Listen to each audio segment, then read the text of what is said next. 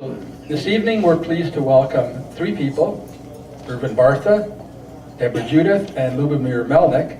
All three are musical afficandos, and two of them play, very beautifully, I might add. Irvin's going to introduce the concept of conscious music to you. There's also an interview we had with them on our latest light newsletter, which is available at the front as well. I've listened to these people play before in concerts, and it's transcendental music at its most sublime and beautiful. And I think you'll really enjoy the evening's proceedings. So I'll let Irvin take over now. Irvin Bartha.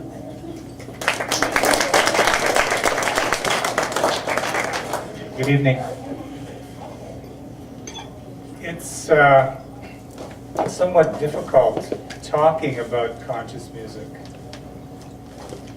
And I know that most of us have, in one way or another, been affected by music.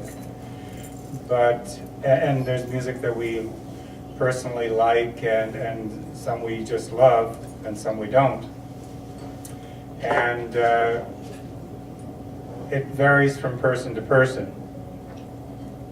So music, as we know it now, is very complex, and it's come through thousands and thousands and thousands of years of different kinds of traditions, different kinds of, I guess, influences that have created and generated the types of music that we now have in the 21st century.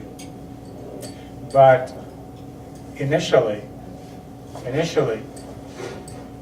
music was considered a very magical medium, a sacred substance of sorts. And when it started, when music first began for human beings, and human beings are by no means the only species that has music. As anyone who's heard the songs of whales or the songs of birds or any number of other kinds of our co-inhabitants on this planet doing vocalizings and singings and whatever they do. But human music, the music that we as human beings have generated, initially started as a way of re-accessing something, kind of a primal reconnection. And when human beings were in sort of small groups, let's say shamanistic types of groupings, small groupings, where there were people who had certain kinds of psychic or other kinds of spiritual skills, aptitudes. The songs that were produced, or the sounds that were produced by these folks, the shamans, shawomen, shaman, were considered direct connectors to a realm of spirituality that wasn't, I guess, ordinarily accessible to the other members of the group. Now, over time, the complexity of human life has made it, I guess, necessary to sort of leave those kinds of direct connectors to the spiritual realm behind. And we've had a very specialized kind of society building up over thousands of years. And so we've got this super civilization that we now are living in. And it's taken a long time. At least this cycle has. It's about 5,000 years. A little bit over 5,000 years that this whole cycle of civilizations on this planet has developed to this point. And in that time, though, there has always been, if not overtly, there's been an underlying tradition of what would be called conscious or objective art. Now, this kind of art isn't just the kind of stuff you just dibble-dabble on something or carve as a craft. It has a real intention behind it, and it's a type of art that has an impact on anyone in the same way. What I mean is that we can all subjectively experience certain kinds of impulses when we look at art. Let's call it subjective art. And this kind of art will, well, will be viewed by one person as pleasant, as another as, they'll be indifferent about it. Another person won't like it at all, and someone will just be, they won't even look at it. And that's subjective. Objective or conscious art, though, has a totally different function. And it's always had the same function.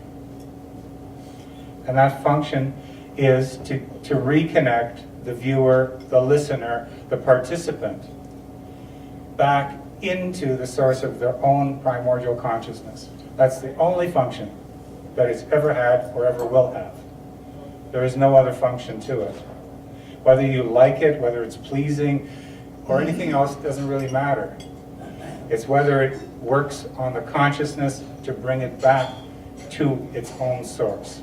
And that's what conscious music tonight is going to be about, or we hope we can demonstrate something of that.